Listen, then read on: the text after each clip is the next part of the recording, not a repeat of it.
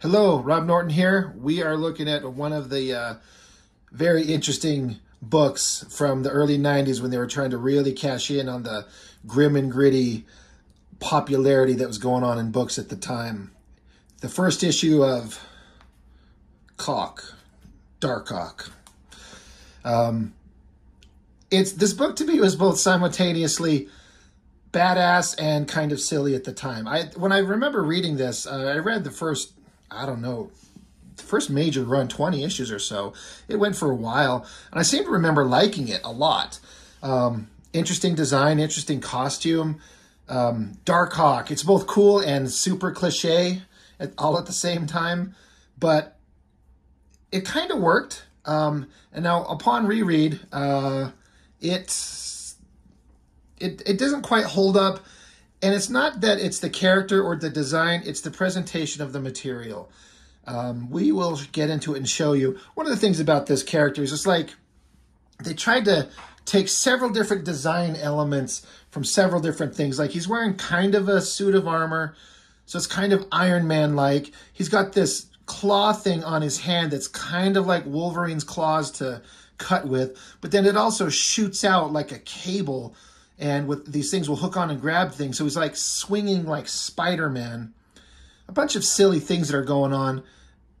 And then this was before, well, I guess I was going to say this is before the Batman Beyond animated series, but in a way this costume and these wings under his arms kind of resembled, in a way, the Batman Beyond design. I don't know if that inspired it or I'm totally imagining that or what the time frames were. It's just a thought that I had. But getting into the book, I don't know what it is, but the newsprint on this copy here, it's in really shitty shape. Things are like bleeding and fading, and it's not great as far as the preservation of this book. It's not in great shape.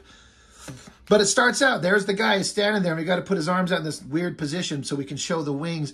Artist is Mike Manley. He did a great job on this artistically. He's a hell of an artist.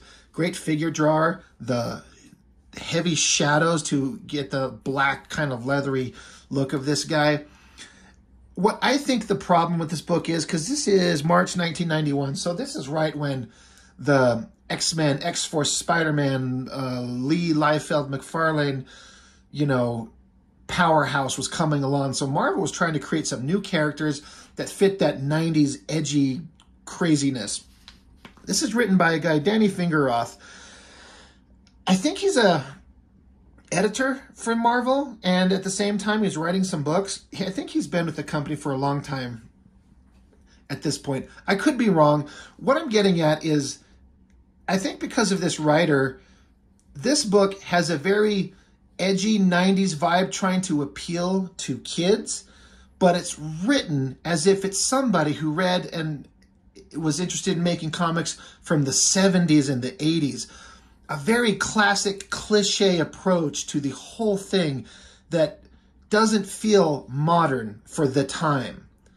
And so it reads kind of silly. It's really kind of hokey.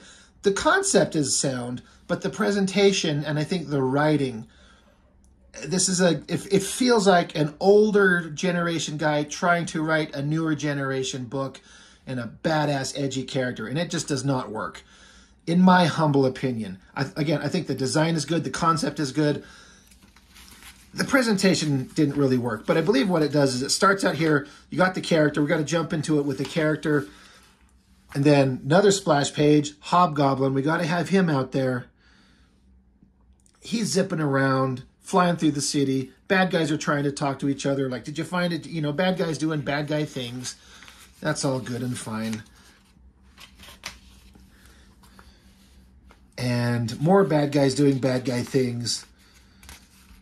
I'm not sure I'm going to get into too much of the story. I mean, I did kind of give it a reread. First time I've read it in a long time, but just trying to get to the interesting stuff. What it basically boils down to is a family. You got a father who's a cop, the mom, and then the kids of that family. And the main character is the oldest, I think, teenager son of the cop and the wife, and then they've got two little kids, two much younger kids. So the story's going along. Here's, I believe this is the mom, and then this is the teenage son, and then the two little kids. And the mom is worried about multiple things going on, but her husband is a cop. And so he's obviously gets involved in into some bad stuff. So you got a family dynamic. Again, that's good. The teenage son is noticing there's something wrong with his dad. He's trying to figure out what that is. But they love their dad. He's a hero. He's a cop. He's a good guy. They're going over stuff. You know, the dad's talking about if he doesn't have to work overtime. Maybe he's doing some shady deals after the fact. After work, maybe he's a corrupt cop and the family doesn't know that. They have this family dynamic stuff of the little younger kids being kind of loud pains in the asses, which I can certainly speak to. I've got a 10-year-old and an 8-year-old. I understand that a lot. But at some point, I guess the kids end up disappeared. They're gone. The mom was freaking out. And she trusted the teenage son. I trusted you with them, but he's like, I think I know where they went. They just ran off. I'll go find them. So he gets out there and he's looking for his brother, is asking this bum on the street if he knows anything. So he ends up going into, gosh, I can't remember. Is this an abandoned? Doesn't say. It ends up in like a fun house, like a amusement park. He's in an abandoned amusement park or just one that's shut down. I've never seen an abandoned amusement park, but what do I know? But he goes digging through and he just happens to show up at a place where he finds his two little brothers, but he also finds a bunch of criminals and his dad. And it looks like his dad is taking money. He's on the take, and you know his dad's trying to. He doesn't like that he's doing it, but he has to do it. And his son is seeing that his father, who he looks up to, a cop, is, you know, being a crooked cop, basically. Very standard kind of stuff. You've seen this before. The son jumps in there, gets involved, tries to disrupt everything, tells the kids to run away. He ends up in this I think the ground gives out underneath them. They drop down into some lower part. They run into some weird props that are down here. The older son is trying to take care of his little brothers, trying to just protect them while they're running around, trying to figure out how they're going to survive this. And while he's down in this area that they dropped down into, and with all these weird props and shit, he just happens to run across, I don't know if it's showing up very well, this crystal shape that he just picks up and he just touches it. There he is. He's in costume. That quick. Yeah. Huh? Artistically, that's pretty badass. I think that looks really good. You know, I see this little crystal thing on here, and it kind of reminds me, back when I was a super early teenager, around this time, and I started drawing my own books, I had my own character that I created. And as anybody who creates your own comic book characters when you're younger, sometimes the stuff that you make is so laughably stupid, it's almost genius how bad it is. My character was a guy that essentially looked like the Punisher, but he had Wolverine's claws, and he was given his powers from a crystal that he found just like this, that essentially looked just like this, but instead of having this V shape, it had like an open design straight down the middle. And so that's what he has, this crystal, and for some reason it gives him Wolverine's claws and super healing and the ability to fight. His name was Tiger, spelled with a Y. It's so stupid, but I took little elements from things that I liked, and young 12-year-old me thought it was pretty badass. So cliche story, like he just finds a crystal, picks it up, boom, he's got the super suit on. Drawings are great. This guy knows how to draw a really sweet outfit, and this helmet with the slit and the three-dimensionality of it, that looks really good. And as he thinks somehow, for some reason, his chest fires a blast at the bad guys, he's like, holy shit, a blast? This must be a dream. And if it is a dream, I might as well just go crazy. So he just rips down the ceiling on him. And now he's trying to talk tough, fighting these bad guys. This is funny, like, He's got a full helmet and like a metal like throat protector, and the guy's trying to put like a thing around his throat to choke him, and the guy's saying like a sound effect, like he's being choked through the metal mask. That wouldn't work, right? Anyway, tosses him aside, being very heroic. Somehow he knows how to fight, I guess. These bad guys get an electrical cord and try and zap him. He shoots out this blast out of his chest again. Seems like it doesn't affect him, but it ends up frying the bad guy himself in his place. Another great drawing.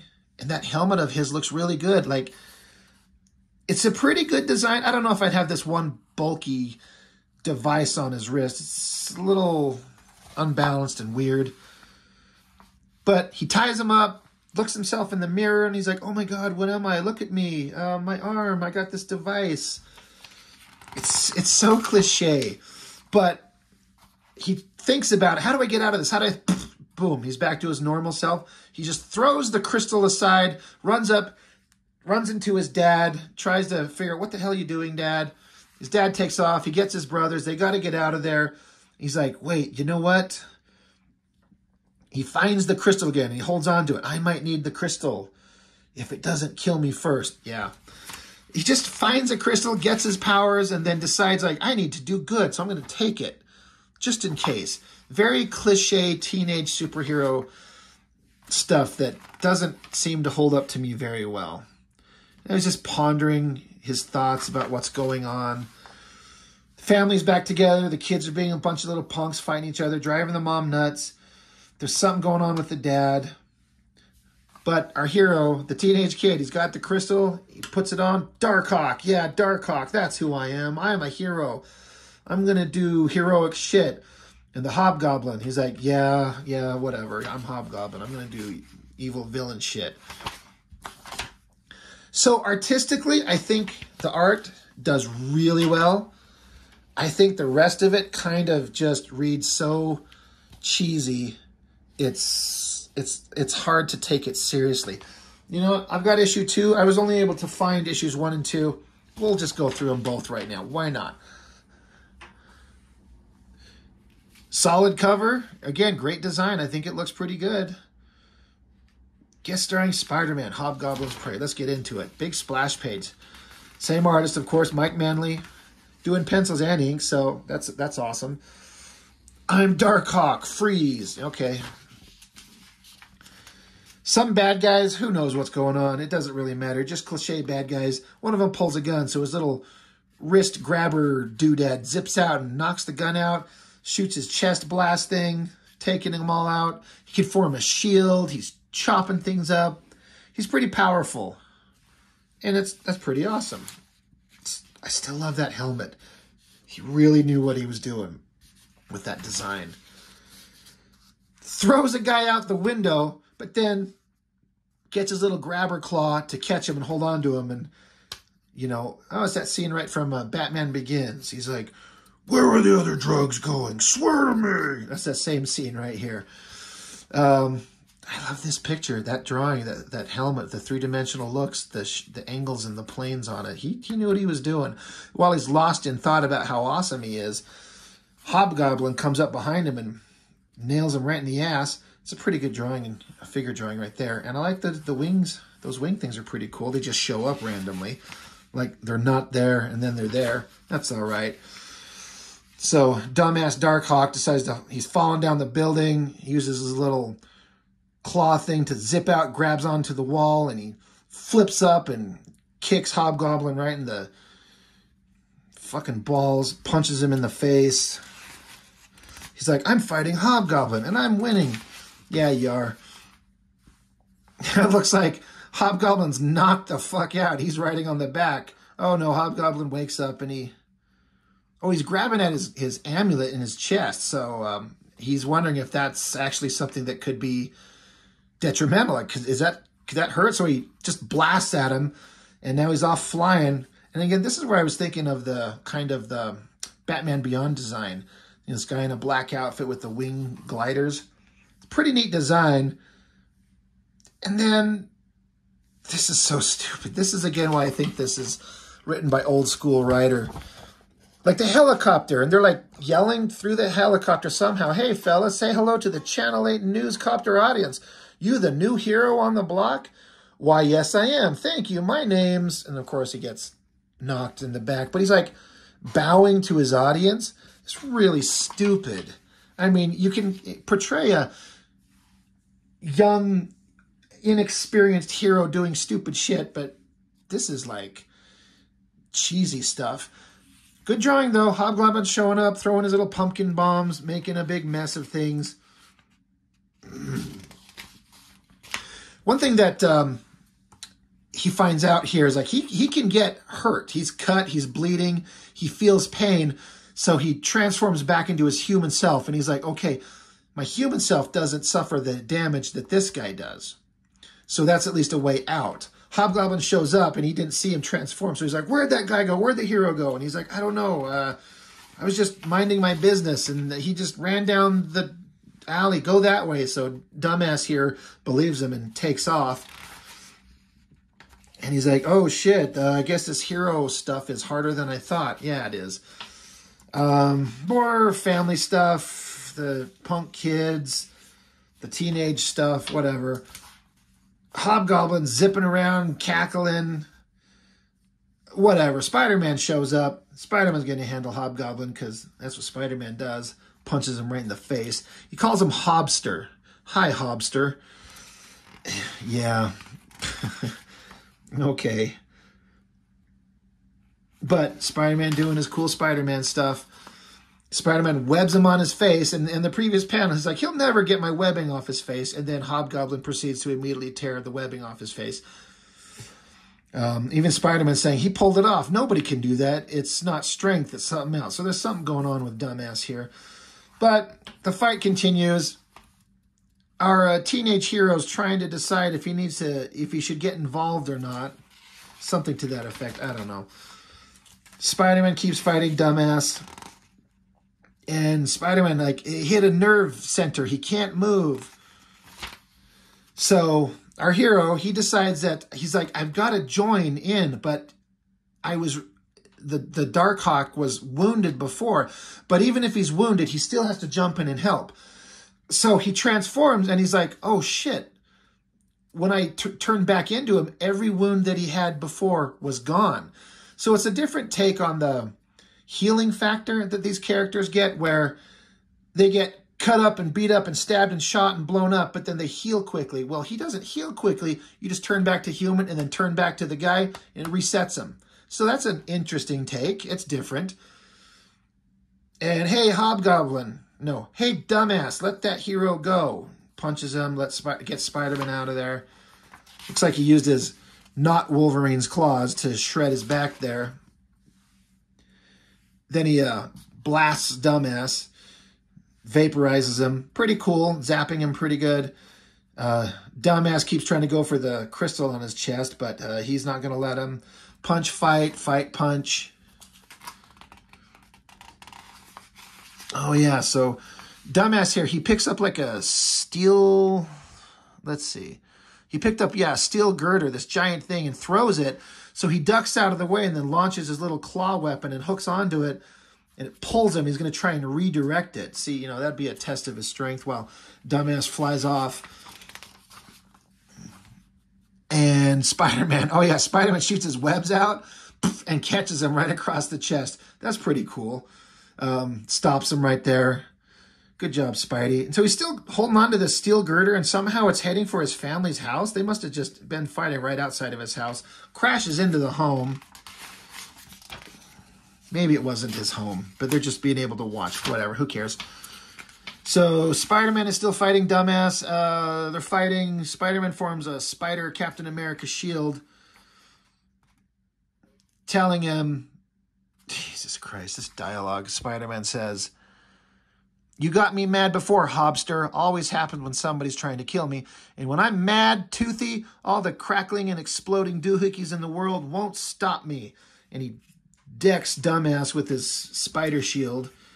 That's some ridiculous dialogue.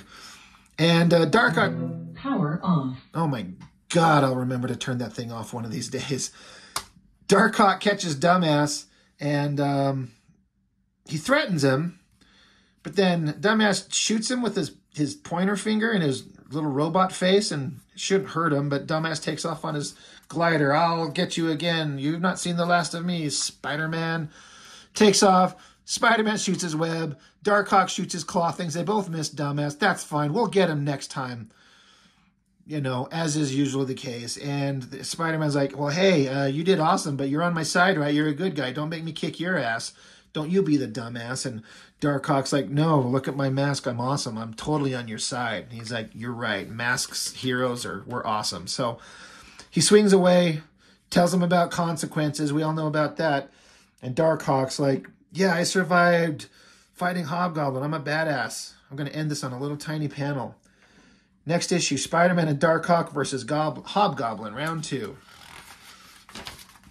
So, it's okay, but it's not brilliant. Again, I'm just repeating that I think that the idea is sound, as the execution is kind of rooted in old school comics that just don't work for a modern audience. Now, what do I know? My recollection is that the book was received very well and went on for a decent run, and the characters popped up in various different forms and iterations through the years, so he's kind of maintained. He's never been an A-lister at all. He's C-lister at best, but I think it's just the design that people keep coming back to. I believe that the ultimate explanation of who and what he is, he's some kind of like other dimensional robot, like a robot body, and the human body goes to some other place, and his consciousness is placed inside this android body, and then that's what shows up, and that's who he is. I think it's something like that. If I've got that way wrong, and you know, please tell me what a dumbass I am. Tell me that I'm that guy, and remind me what that actually was. But anyway, DARKHAWK, 90s Marvel Comics, trying to tap into that vibe going on at the time, and not really succeeding very well. Anyway, that's what I've got for now. Thanks for watching. This was kind of a fun one to revisit, and maybe we'll get more if I can find the rest of them. So anyway, that's all I've got. So thank you, and I will see you next time.